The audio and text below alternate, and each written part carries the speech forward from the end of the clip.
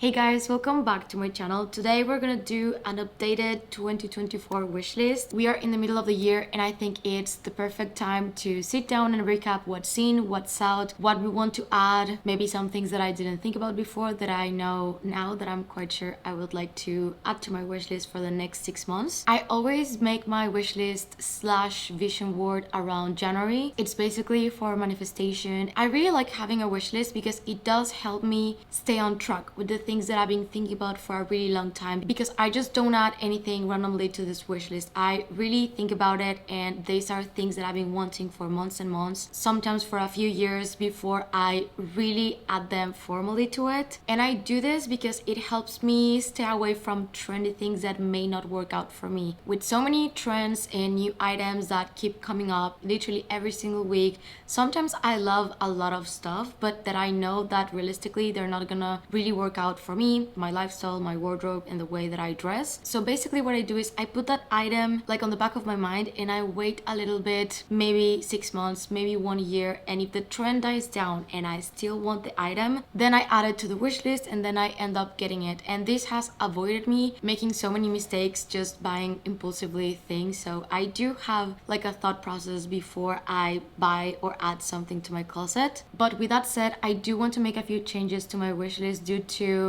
recent events, because we got robbed in Italy, and in the robbery I lost 2 of my most loved and used bags that I had for so many years. And now I'm sure that I just don't want to rebuy them. I don't want to replace them with the exact same bag because I feel like it would only bring like sad memories and like bad feelings. So I do want to add 2 new bags to the wish list, and one is going to be white for the white classic flap, and the other one is going to be a pastel matcha type of green. And I've thought about this so much. I have a few options, so yeah, let's just sit down, discuss the wish list, and see what's in, what's out. I hope that you guys enjoy the video. So I'm going to pull out my vision board so you can see basically what I had on my wish list, and this includes handbags, jewelry, plans for the long future, for the near future. It's literally just my manifestation board. I do this every single year and I do find it super helpful. I'm gonna link the video where I make this one in case you want to check it out. I have my laptop here, but as you can see on my vision board, I have a country house, a new coffee machine, getting another puppy, just having a very chill, successful, beautiful wedding, and I do have a few bags. So on this video, we're only going to focus on the bags, basically. So I want to start with the ones that are not here that I want to add. And as I said, I don't think that I'm gonna go on the classic flap route, and I actually want to go for a style that I have not tried before. And who knows, maybe this leads me to find a bag that I maybe like more and to try new things. So with that said, I have these 2 bags in mind. I'm of course not getting both of them. I'm just trying to decide which one is the best fit for me, and both are available at Redlux. They are both Constances and they're both in the same size. The thing is that I have the hardest time deciding which one is going to be the best fit for me, because one of them is in Vercliquette in Swift leather, and you guys know that I love Swift so much, and I love box. Any soft leather, any heritage leather, I'm so down and I'm such a fan. The bag is in such an amazing condition. It's in gold hardware, and something that I love about Redlux's website is that they almost always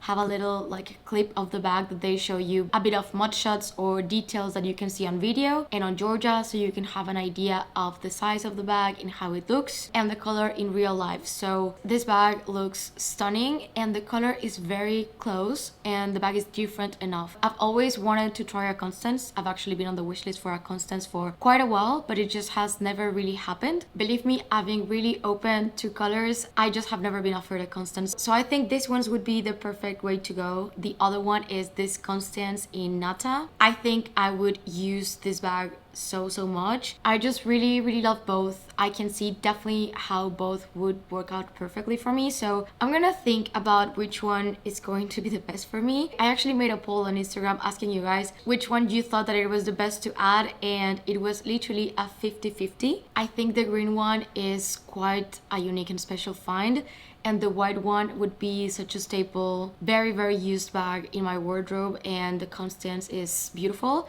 and because it's in Epsom it would be quite hard wearing, so I guess we'll see. So what I'm gonna do is either of them that I go for, the other color, let's say I go for the white one, then I'm gonna put Vercliquette on my wish list for a Birkin 25, maybe for my birthday, maybe for Christmas. And if I go for the green one right now, then I'm gonna add a Nata a Clé Birkin 25 for my wish list or for Christmas. I just really do want to go for different, maybe better things that excite me, that I know that I'm gonna reach out for a lot, but I don't want to be like, I want everything absolutely right now. I'm very much willing to wait for the perfect bags to come around. And if it doesn't happen this year, I'm also completely fine with that. I'm in no rush. With all of this, I've just been meaning to have like a nice, enjoyable process and just leave like all the bad feelings behind. They also have this Birkin 30 in Clé with palladium, and I'm not gonna lie, I'm very tempted. I think the price is quite good, specifically for the color combination, the fact that it's Clé. I've been way more open right now to 30 size because I do use my blue Birkin 30 so much, so I'm definitely open for something like this. It's absolutely stunning. I'm definitely going to link it in case anyone is interested on the bag because it's just really beautiful. I've actually been quite surprised with the price point of some of the items that Redlux has had in stock in the past couple of months. This is one of the reasons that I'm consistently going for them. I just trust them so much. They are always amazing and they have the best customer service, and the shipping with them is always so stress-free. It's always super fast. They always cover the customs. I've never had to pay an insane amount of customs because they just know what they do so well. And of course, they always go above and beyond to find the specific bag that I've been looking for so many years. They're really my go-to. So let's see which one I go for, or if I even go for any of them. I'm definitely gonna think about it. Every single month I do like a monthly curation on their website with basically my favorite bags that they have in stock, but also the bags that are on my wish list but I'm not really buying in that moment. So in case anyone is interested in seeing that list, I'm gonna link it on the description box down below, and I will also add my discount code in case anyone is interested in any of the pieces that I showed or anything from their website. The discount code is good for pretty much any piece. The next bag that I added to my wish list is the Row Mercure bag, and quite specifically I wanted the bag in suede. With this one, I think it's an I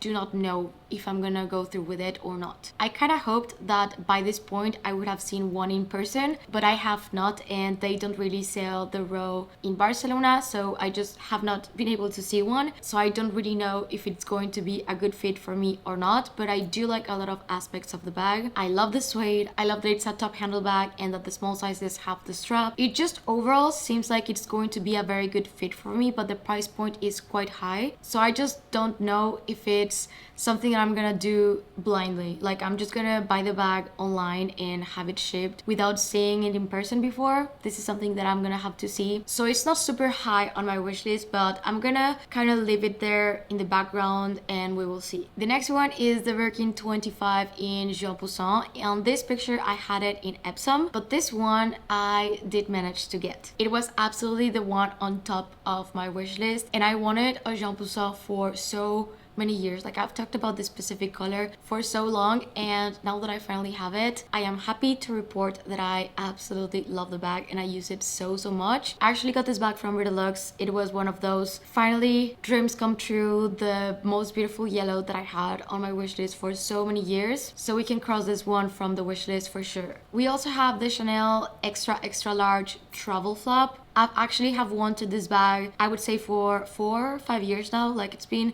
a really long time since I had my eye on this specific bag in black, and the idea of a massive classic flap for traveling or to put my laptop or just anything that I wanted inside always felt so appealing. But the thing is that these bags go for quite high on the resale market, and I ended up going for the Chanel Maxi 19 bag. I got this bag for such an amazing price point on the resale market that it was just way more worth it, and it serves basically the same purpose. Plus this one has a fantastic, amazing, I love the back pocket of this bag. So I did not go through with the XXL, but I ended up going for the Maxi 19, and it serves the same purpose. It's literally the reason why I wanted it, and this one is just such a perfect fit and I really love it. The orange Hermes Kelly, I think this one we're gonna take it off the wish list. I really love it. I still really like the bag, but as I said, I think my priority right now is replacing some things that I was using a little bit more. So I think taking out the orange and changing it for green, it's the best way to go and what probably works out the best for me now, because I already know that I loved and used green so much. I have no idea how I'm going to like an orange bag, how easy it's going to be be to pair it with my wardrobe and the things that I wear on a day-to-day. So I already know that green is one of my favorite colors, that I adored my green bag. So we're taking off the orange and, as I said, adding the green instead of it, which is what I said at the beginning of the wish list. The Chanel 22 tote. So I've had very conflicted feelings about this bag because it constantly goes on and off the wish list. I've thought about this bag for such a long time. I've tried it so many times at the store. The thing is that when I try it on and I like have it on my shoulder and I'm touching it, I love it and I absolutely think that I'm gonna end up getting one. But then when I don't have it in my hands, I'm like, you know what? I don't know if it's the best fit. I don't know if I should do it. So with this one, honestly, who knows? I'm not sure. I don't know if I'm ever gonna be able to finally go for it because I'm always hesitating so much. The Hermes Mini Kelly in black in Epsom. I don't mind if it's palladium, gold. I don't mind the hardware at all. I'm really open to anything. This bag is absolutely on my wish list. However, I don't see this happening this year. I don't see it happening anytime soon, to be quite honest, because it's a bag that it's very hard to find, especially in box leather, and I am quite set on the idea that I want it to be box. Of course, if I get the girl from the store and they tell me that it's any other leather, I'm gonna be quite open to it. But if I'm very specific, I would love it in box leather. I just don't think it's gonna happen, so I'm not really putting it high on the wish list. I'm literally putting it a little bit on the side of, if it happens, it's amazing and I would be so happy and so thrilled. And if it doesn't happen, more than happy to wait the months, the years necessary. But at some point, I would definitely love to have one because I love and use my Mini Kelly in so much that I just know that it would be a bag that I would just use and love so much. So it does really make sense. Unfortunately, it's not an easy bag to find. The Bottega Veneta Jody in suede. I used to want it in the teen size, but now I think that I actually want it in the small size, and it's absolutely a yes. I recently went to Bottega Veneta to actually try it on. The one that I tried specifically, I'm gonna show you a clip. That's the bag that I want. I really regret not leaving the store with it. I just didn't feel like it was the time